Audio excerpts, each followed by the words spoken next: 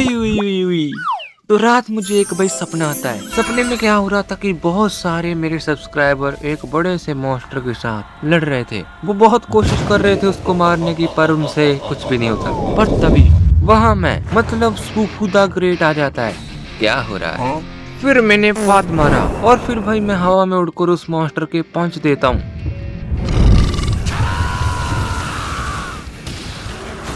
और भाई वो मॉन्स्टर वहीं ढेर हो जाता है और उसके बाद मैं बन जाता हूँ दुनिया का सबसे बड़ा यूट्यूबर।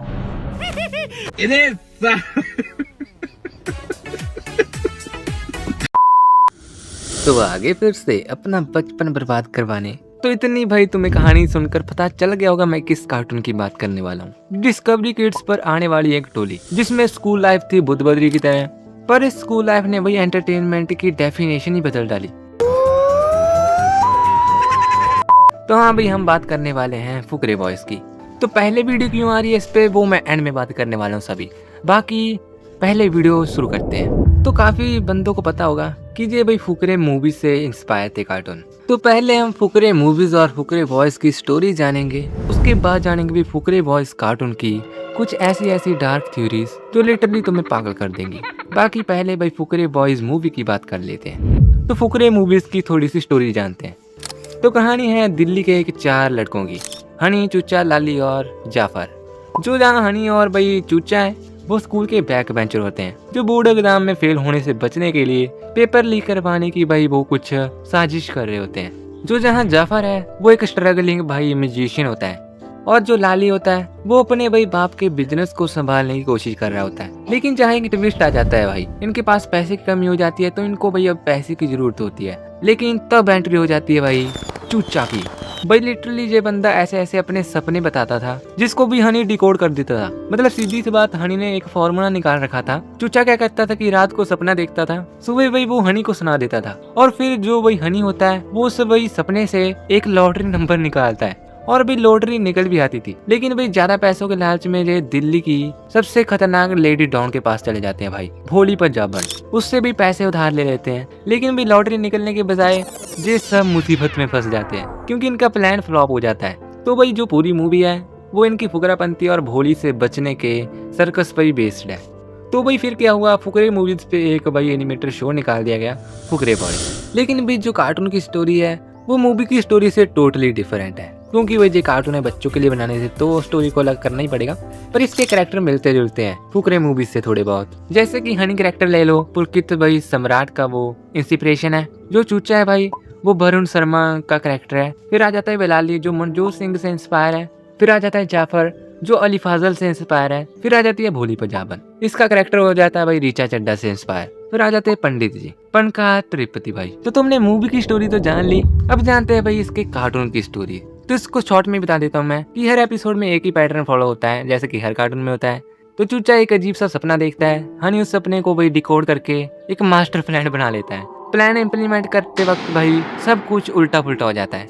और एक और बात मैं तुम्हें बताऊंगा फनी है कि जो चूचा होता है भाई वो अपने सपने में हमेशा अपने आप को ग्रेटेस्ट चूचा कहता है भाई। जैसा कि मैंने वीडियो की शुरुआत में बताया था, वैसे ही कुछ उसकी भी ड्रीम होते हैं। बाकी इसके बारे में अब जानते हैं डार्क थ्योरी, अब जहाँ से वीडियो डार्क होने वाली है, क्योंकि भाई ये ऐसी थ्योरीज हैं जो तुम्हारा बचपन बिगाड़ सकती है। तो हो गए बिना किसी देरी के थ्योरीज भी जानते हैं। तो सबसे पहली थ्योरी जो फुकरे बॉयज में हमारे पास आ जाती है वो कहते हैं कि जो हम भी फुकरे बॉयज में बच्चे देखते हैं वो असली नहीं है, बल्कि चूचा का एक कभी ना खत्म होने वाला सपना है। क्या आपने भी कभी नोटिस किया है कि शो में सालों बीत जाते हैं, हजारों एपिसोड गुजर गए, लेकिन हनी, चूचा और लाली कभी बड़े नहीं होते, वो हमेशा भी उसी स्कूल और एक क्लास में फंसे हुए हैं। तो थ्योरी जहाँ ये कहती है कि असल जिंदगी में भी चूचा था जो वो बहुत ज्यादा बड़े हादसे का शिकार हो गया था और वो कोमा में चला जाता है, और उसका दिमाग भी वहीं रुक जाता है जहाँ वो सबसे खुश था, अपने बचपन और दोस्तों के साथ। हम जिसे भी डीजा चूजा सपना कहते हैं वो असल में भी चूचे के दिमाग में चल रही मेडिकल कंडीशन है। हर सपना जो उसे आता है वो भी असल में हॉस्पिटल के बाहर की बातें होती हैं या डॉक्टर की आवाजें होती हैं जो उसके सबकॉन्शियस माइंड में भाई एक एडवेंचर बन के आ जाती हैं। जब भी वो अपने सपने में भी कोई सोल्यूशन देखता है किसी प्रॉब्लम का, तो वो असल में उसकी भी एक कोशिश होती है जिंदगी की जो जंग है उसको जीतने की। इस थ्योरी में जो भोली है वो कोई छोटी बच्ची नहीं है भाई, वो चूचा के दिमाग में एक मौत का सिंबल है भाई। क्या तुमने सोचा है कि वो हमेशा भाई इन लड़कों के पीछे क्यों पड़ी रहती है, क्यों भाई वो हमेशा उन्हें सजा देना चाहती है? तो थ्योरी के हिसाब से असलियत ये है, जो भी भोली है ना वो भाई चूचा को उसके सपनों की दुनिया से बाहर खींचकर ले जाना चाहती है। जो भोली का हर टास्क होता है वो असल में भाई एक लाइव स्पॉटर मशीन का अलर्ट होता है। और फिर आ जाते हैं पंडित जी। ये कैरेक्टर हमेशा इन बच्चों को भी एडवाइस देता है जब मुसीबत से बचाता है।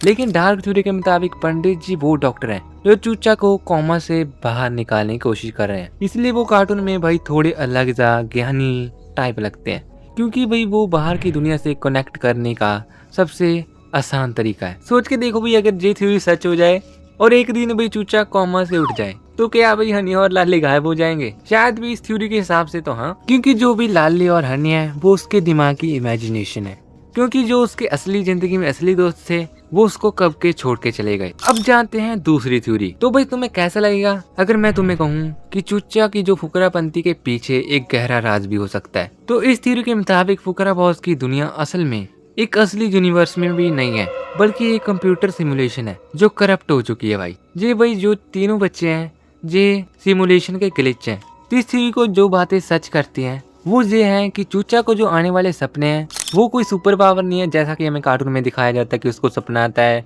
लगभग वैसा ही हो जाता है। लेकिन थ्योरी के हिसाब से क्योंकि ये सब एक सिमुलेशन है तो सिस्टम हमेशा रिस्टार्ट होता रहता है। चूचा का दिमाग भाई इतना ज्यादा ग्लिची है कि वो पिछले वर्जन का डाटा पूरी तरह डिलीट नहीं कर पाता भाई। जो उसके सपने लगते हैं वो असल में पिछले वर्जन की यादें होती हैं। उसे भी पता होता है कि आगे क्या होने वाला है, क्योंकि वो वैसे हजारों बार होते हुए देख चुका होता है। जहाँ आ जाती है मल्टीवर्स की थ्योरी। अगर मैं तुम्हें सिर्फ मल्टीवर्स की थ्योरी के बारे में बताऊं तो सीधे शब्दों में ये ऐसी थ्योरी है जिसमें भाई कई लोग मानते हैं कि हमारी दुनिया जैसी और काफी ज्यादा दुनिया हो सकती है जहां हमारे जैसे ही लोग रहते हैं। जो चीज तुमने अभी की वो शायद हो सकता है कि मल्टीवर्स में तुमने पहले की हो या तुम बाद में करने वाले हो। जो भी तुम्हारा दिमाग है उस दुनिया के साथ भी थोड़ा बहुत जुड़ा होता है। ये भी एक दुनिया के साथ जुड़ा नहीं होता, ये करोड़ों दुनिया के साथ जुड़ा होता है। इसलिए इसे भाई मल्टीवर्स थ्योरी कहते हैं। अपनी कार्टून वाली थ्योरी पे वापस आते हैं। तो जहाँ भी जो सिमुलेशन वाली थ्योरी है वो कहती है कि हनी का जो जुगाड़ करना है ना वो उसके दिमाग का असल में एक कोडिंग वायरस है भाई। वो वही हर उस चीज को हैक कर लेता है जो भी सिस्टम ने इम्पॉसिबल बनाई होती है। जब भी सिस्टम किसी उसको मुसीबत में डालता है तो हनी का दिमाग एक भाई वर्क ग्राउंड की तरह जैसा लगा लो कि चीट को ढूंढने लग जाता है, और भाई वो ढूंढ भी लेता है। इसलिए भाई वो हमेशा ऐसी चीजें कर लेता है जो भाई नॉर्मल बच्चा कर ही नहीं सकता। और जो जहाँ भाई मूवी में हमें एक कैरेक्टर दिखाया जाता था जाफर, तो आपने नोटिस किया होगा कि मूवी में जाफर हमेशा भाई कूल दिखता है और शांत रहता है, तो कार्टून में वो क्यों नहीं है? तो थ्योरी के हिसाब से वो कैरेक्टर भी बैकग्राउंड में ही रहता है। थ्योरी ये कहती है कि जाफर एक करप्टेड फाइल है, वो चल तो रही है पर उसका दिमाग पूरी तरह भी लोड ही नहीं हो पाया, इसलिए वही वो ज्यादा एक्ट नहीं कर पाता। और फिर आ जाती है भोली। वो वही इस पूरे सिस्टम का एक एंटीवायरस है। उसका भी यही काम है कि इन ग्लिचेस को मिटा देना, मतलब फुकरे बॉयज को खत्म कर देना, जहाँ भाई उन पर कंट्रोल रखना। जब भी ये बच्चे भी ज्यादा फुकरापंती में आ जाते हैं तो भोली भाई उनको तुरंत ट्रिगर कर लेती है और उन्हें रोकने के लिए भी उसके पास भी शेर दिल गैंग होती है। लेकिन जहाँ सवाल हो जाता है उसके पास शेर दिल गैंग होती क्यों है, तो वो जो दोनों गार्ड है ना वो भी सिस्टम गार्ड है भाई, जो हर ग्लिच को ट्रैक कर सकते हैं, इसलिए भाई वो भोली की गैंग का हिस्सा है। और जहाँ एक और ज्यादा बड़ा लॉजिक आ जाता है कि एनिमेटेड शो में हम अक्सर देखते हैं कि कैरेक्टर अजीब तरह से स्ट्रेच होते हैं या चोट लगने पर तुरंत ठीक हो जाते हैं। थ्योरी कहती है कि ये कोई फिजिकल कॉमेडी नहीं है, जिस बात का सबूत है कि उनकी कोई असली बॉडी नहीं है, वो सिर्फ लाइंस और पिक्सल से बने हुए हैं और बिल्कुल एक खराब सर्वर पर चल रहे हैं। और अब आ जाता है इस थ्योरी का सबसे खतरनाक हिस्सा, जो मैंने अभी तुम्हें सिमुलेशन बताई। इस थ्योरी के हिसाब से वो धीरे धीरे क्रैश होती जा रही है। हर एपिसोड में जो भी अजीबोगरीब क्रिएचर या सिमुलेशन आती रहती हैं, भाई वो स्कूल के एडवेंचर्स नहीं है बल्कि सिस्टम एरर होते हैं। एक दिन आएगा जब भाई सर्वर पूरी तरह क्रैश हो जाएगा और कोई भी नहीं बचेगा, सब कुछ एक ब्लैक स्क्रीन में बदल जाएगा। इसलिए भाई ये लड़के हमेशा फुकरापंती करते रहते हैं। वो भाई अनजाने में सिस्टम को बिजी रख रहे हैं ताकि वो उन्हें डिलीट करना भूल जाए।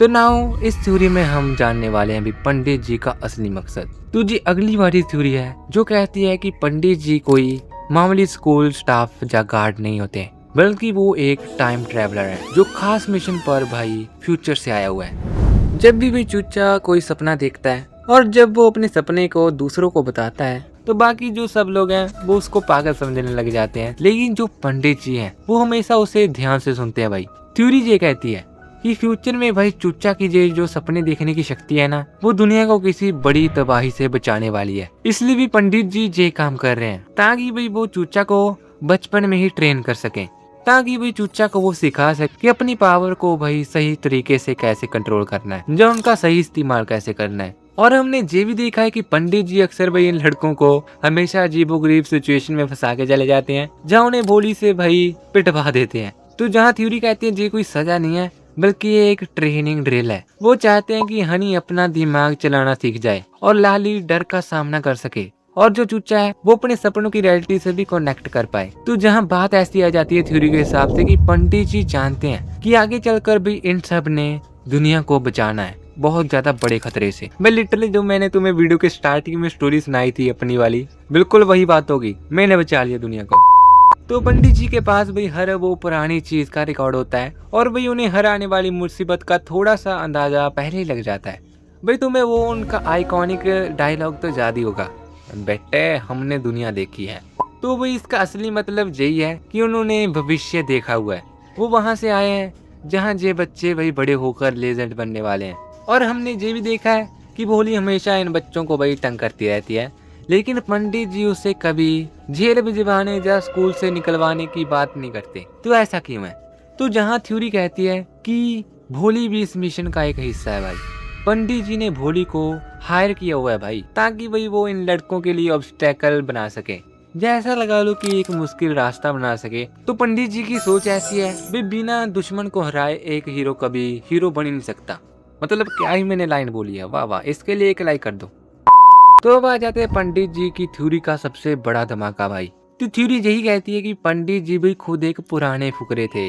शायद भी हो सकता है कि पंडित जी जो है ना वो फ्यूचर के हनी हो, जो प्लास्टिक सर्जरी करवा के या डिस्क्योस करके भी वापस आ चुके हैं, क्योंकि भाई वो जानते हैं कि उनके बचपन में उनसे कुछ ऐसी गलतियां हुई हैं जिनकी वजह से फ्यूचर उनका बर्बाद हो चुका है बिल्कुल। इसलिए भाई वो पंडित जी बनकर इस पास्ट में आए हैं ताकि वो ये अपने वो बचपन को ठीक करें। वो इन बच्चों को इसलिए प्रोटेक्ट करते हैं क्योंकि इनमें से अगर किसी को भी कुछ हो गया तो पंडित जी का अपना वजूद खत्म ही हो जाएगा। मतलब ऐसा लगा हो अगर पास्ट खत्म हो गया तो फ्यूचर कहाँ का भाई रह जाएगा।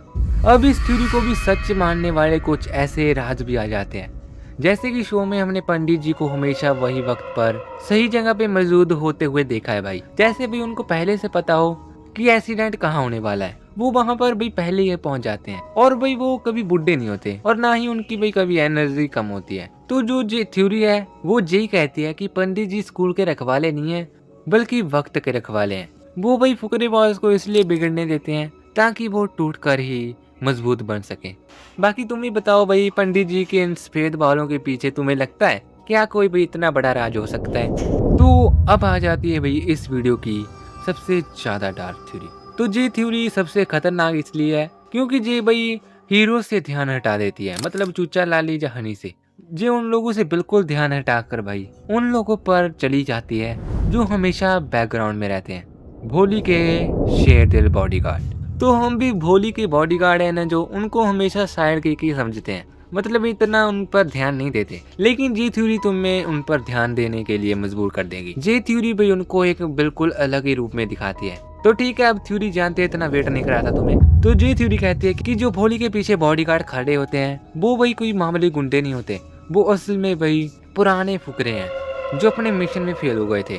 भाई सोच के देखो, जो फुकरे बॉयज हैं हनी, चुच्चा और लाली, जो इनका भी स्कूल है, वहाँ पहले भी कोई फुकरापंती तो करता ही होगा ना।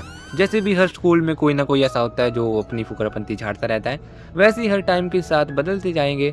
इसलिए भाई इन फुकरे बॉयज से पहले भी कोई बड़ा फुकरा रहा होगा। तो थ्योरी ये कहती है कि हर साल भोली स्कूल से सबसे स्मार्ट और जुगाड़ू बच्चों को चुनती है।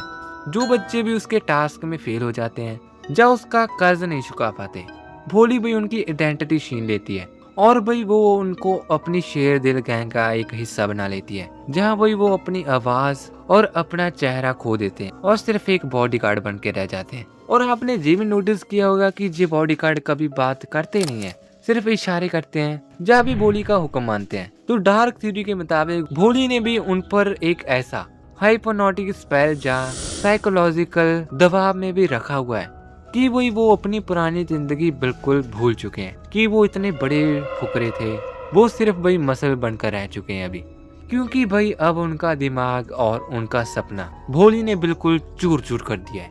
जब भी पीछे खड़े भी बॉडीगार्ड इन फुकरे को देखते हैं तो वो सोच रहे होते हैं कि जे भी हमारी तरह भाई इस गेम को ना हार जाएं और वो भी वैसे ना बन जाएं, बी नेम बी आवाज और फिर बन जाएंगे गुलाम।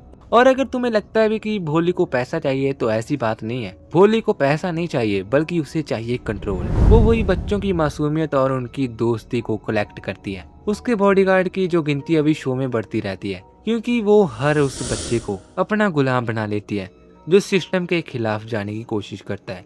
तो अब इस थ्योरी का सबसे बड़ा शॉकिंग पार्ट जानते हैं, तो जहाँ फिर से मल्टीवर्स की थ्योरी घुस जाती है और कहती है कि ये वही बच्चे हैं जो भोली से हार गए थे। एक टाइम आएगा जब ये तीनों भोली से हार जाएंगे और फिर भोली के बॉडीगार्ड बन जाएंगे। तो सीधे शब्दों में भी थ्योरी यही कहती है कि वो वहाँ इसलिए खड़े होते हैं भोली के पीछे ताकि भाई वो नए फुकरों को रोक सकें भोली से हारने से। लेकिन भाई वो इतने ज्यादा डरे हुए हैं कि सिर्फ भी भोली के पीछे खड़े रहकर तमाशा ही देख सकते हैं। वो उनको बचाना चाहते हैं पर बचा पाएंगे या फिर नहीं, ये तो थ्योरी जानती है। तो भाई अगर तुम नहीं चाहते मैं तुम्हारे बचपन की और ऐसी की तैसी कर दूं जहाँ और थ्योरी तुम्हें सुनाऊं, तो अभी इस वीडियो को लाइक कर दो, चैनल को कर दो सब्सक्राइब। और बाकी कई लोग कहेंगे भाई मोटू पतलू पे क्यों नहीं लाई वीडियो, तो भाई टेंशन मत लो, सभी कार्टून पे आएगी वीडियो, मोटू पतलू पे ले आएंगे। बाकी अगर तुम्हें वीडियो पसंद आई है तो इसको शेयर कर सकते हो अपने दोस्तों के साथ। और मिलते हैं ऐसी किसी और वीडियो के साथ जिसमें भाई तुम्हें मजा आए, और कमेंट में बताना मजा आया या फिर नहीं। बाकी भाई मिलते हैं अगली वीडियो के साथ। Bye bye.